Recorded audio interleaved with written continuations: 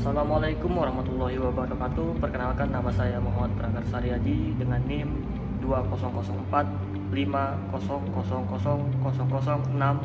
Saya dari program studi Teknik Elektro Fakultas Teknik Universitas Merdeka Malang. Kali ini saya akan menjelaskan penelitian tugas akhir saya yang berjudul implementasi deteksi objek menurut warna dalam ruang HSV pada objek bergerak di robot lengan pemindah barang. Teknologi otomasi yang mencakup penggunaan robot lengan muncul sebagai solusi dalam proses pemindahan barang. Salah satu teknologi yang menjadi fokus utama dalam pengembangan robot lengan adalah dengan mengintegrasikannya ke sistem pengolahan citra. Dalam sistem pengolahan citra, klasifikasi warna dalam ruang HSV digunakan karena HSV merupakan warna yang identik dengan yang dilihat mata manusia.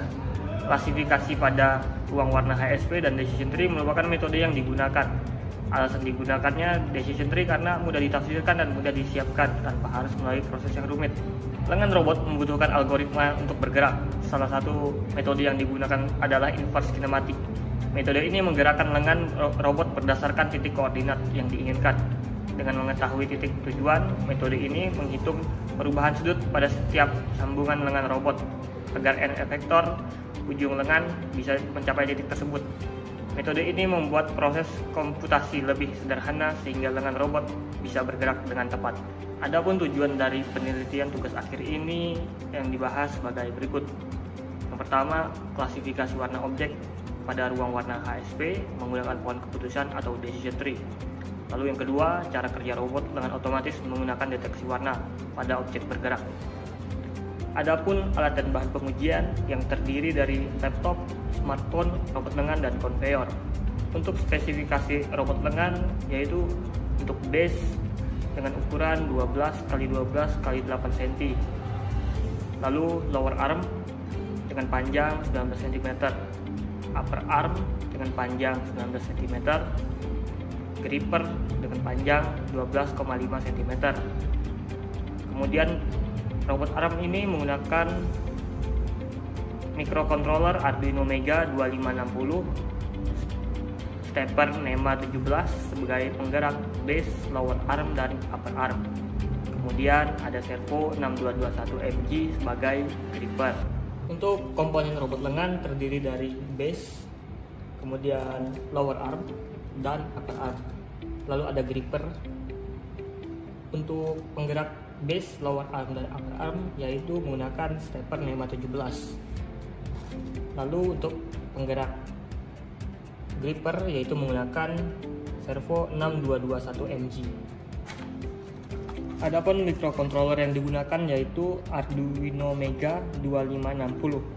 Kemudian tersambung dengan driver A4988 sebagai penggerak motor stepper. Berikut adalah konveyor yang digunakan, yaitu menggunakan motor stepper NEMA 17 yang tersambung dengan microcontroller Arduino Mega 2560 tadi. Blok diagram sistem pada penelitian tugas akhir ini terbagi menjadi 3 bagian, yaitu sistem deteksi objek, proses, dan data output. Pada deteksi objek yang kemudian ditangkap oleh kamera smartphone akan dikirim ke bagian proses, lalu diproses oleh laptop dengan listing program yang telah dibuat. Dengan memanfaatkan sistem klasifikasi pada ruang warna HSV, kemudian dari bagian proses dikirim ke data output yang menggerakkan aktuator sesuai perintah microcontroller. Untuk flowchart pada penelitian ini terdiri dari langkah-langkah sebagai berikut. Yang pertama, menghidupkan sistem dan alat. Lalu dilanjutkan pembacaan objek pada kamera. Jika objek tidak terdeteksi, sistem akan kembali ke langkah deteksi objek. Kemudian jika objek terdeteksi, microcontroller akan mengirim perintah ke aktuator. Robot akan mengarahkan objek ke wadah yang sesuai berdasarkan warnanya, yang terdiri dari 5 warna, yaitu merah, kuning, biru, hijau, dan ungu. Robot kembali ke posisi awal, lalu memeriksa apakah proses harus diulang. Jika iya, sistem akan kembali ke langkah deteksi objek. Jika tidak, robot akan diam. Pada proses pengumpulan dataset dilakukan secara manual dengan menggunakan kamera smartphone untuk memastikan kualitas gambar yang diambil. Jumlah gambar yang dilatih total ada 744 gambar Lalu ada 148 gambar untuk tes dan 148 gambar untuk validasi. Total pada gambar latih, tes, dan validasi adalah 1040 gambar, di mana pembagiannya menjadi 60% untuk dilatih, 20% untuk dites, dan 20% untuk divalidasi.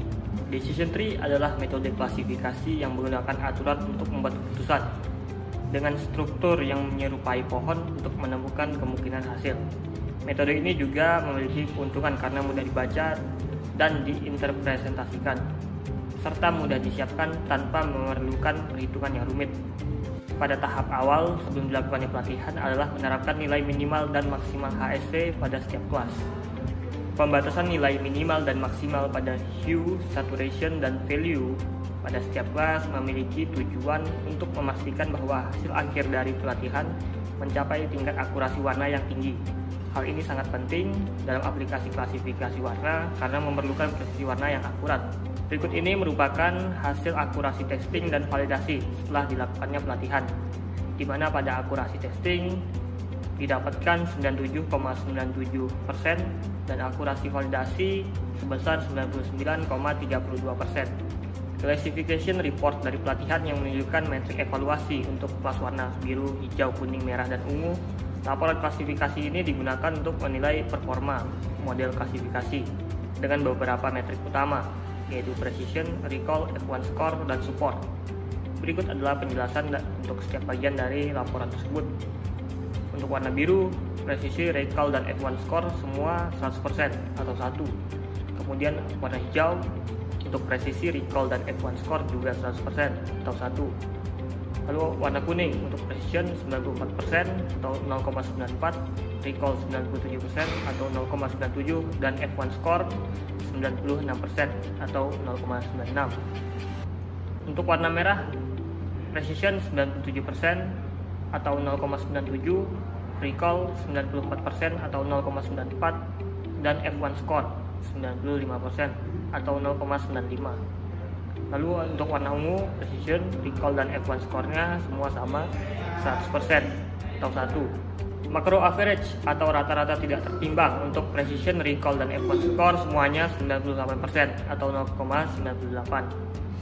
Kemudian ada weighted average, rata-rata tertimbang berdasarkan jumlah kasus di setiap kelas, yaitu sebesar 98% atau 0,98.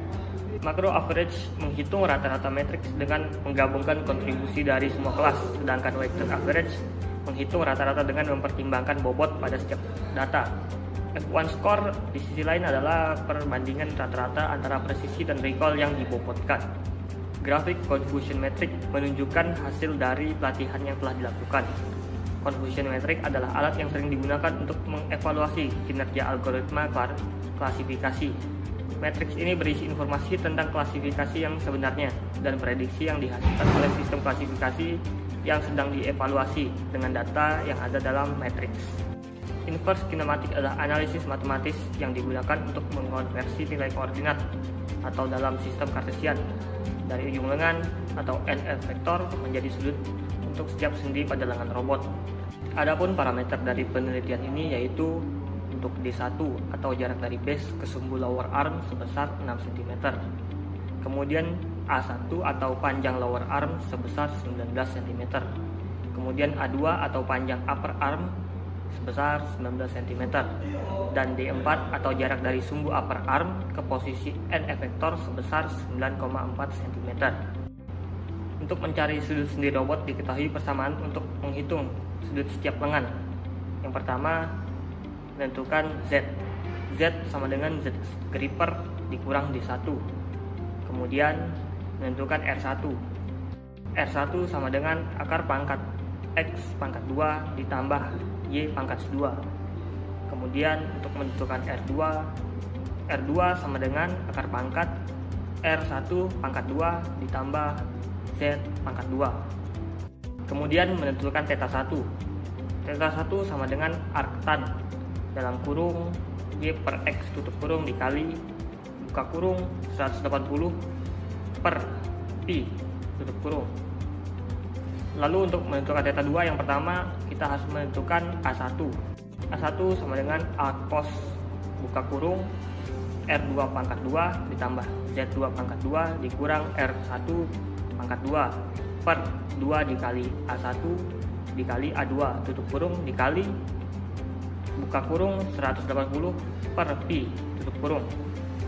Kemudian menentukan A2.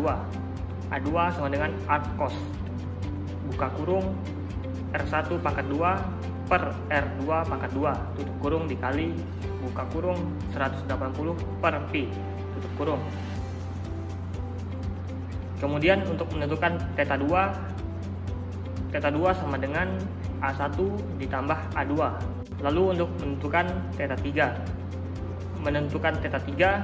θ3 sama dengan arc cos buka kurung A1 pangkat 2 tambah R2 pangkat 2 dikurang A2 pangkat 2 per 2 dikali A1 dikali A2 tutup kurung dikali buka kurung 180 per pi tutup kurung. Kemudian untuk menentukan A3 sama dengan 180 dikurang θ3. Kemudian untuk menentukan θ4 yaitu θ4 sama dengan 180 dikurang A1 dikurang A2 dikurang A3. Kemudian untuk menentukan A4 sama dengan 180 dikurang θ4.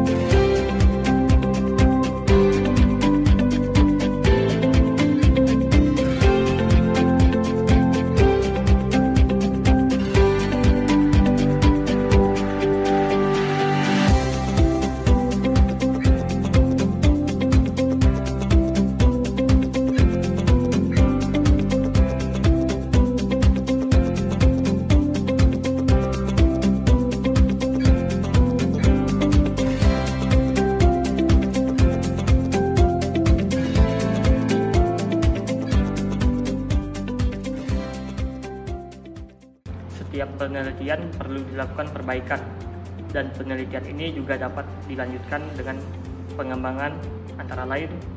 Yang pertama, untuk spesifikasi robot bisa ditingkatkan agar pergerakan lebih cepat dan optimal tanpa adanya kendala. Kemudian, pengembangan lebih lanjut dapat difokuskan pada peningkatan kemampuan deteksi warna dalam kondisi cahaya yang beragam dan warna yang lebih kompleks.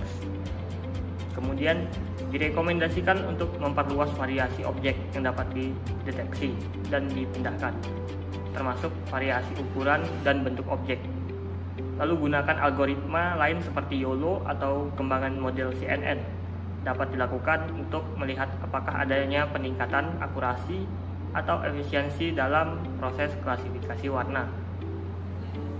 Kemudian lakukan simulasi dan analisis kesalahan secara menyeluruh untuk memahami perbedaan antara perhitungan dan pengukuran secara manual.